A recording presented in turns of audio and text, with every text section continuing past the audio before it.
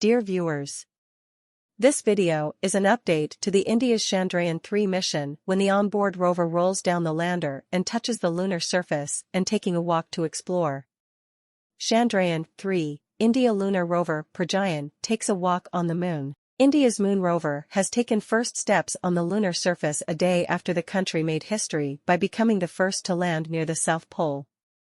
Chandrayaan-3's rover ramped down from the lander and India took a walk on the moon, the space agency said. The Vikram lander successfully touched down as planned on Wednesday evening.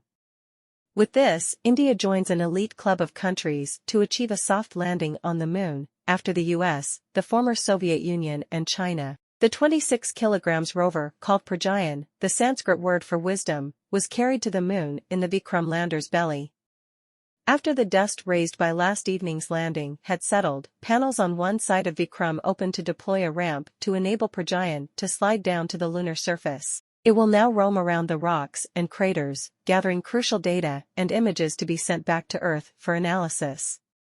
Pragyan is carrying two scientific instruments, which will try to find out what minerals are present on the lunar surface and study the chemical composition of the soil. Pragyan will communicate only with the lander, which will send the information to the orbiter from Chandrayaan-2, which is still circling the moon, to pass it on to the Earth for analysis. The Indian Space Research Organisation, ISRO, has said that the rover will move at a speed of 1 centimeter per second. With each step, it will also leave on the moon's surface the imprint of ISRO's logo and emblem embossed on its 6 wheels. The landing coincides with the start of a lunar day. A day on the moon equals a little over 4 weeks on Earth, and this will mean the lander and rover will have 14 days of sunlight to charge their batteries.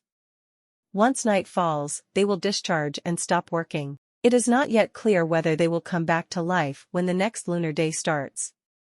The lander is also carrying several scientific instruments, which will help find out what goes on the moon's surface and above and below it. Moon is thought to hold important minerals, but one of the major goals of Chandrayaan-3 is to hunt for water. Scientists say the huge craters in the South Pole region, which are permanently in shadow, hold ice, which could support human habitation on the moon in future. It could also be used for supplying propellant for spacecraft headed to Mars and other distant destinations.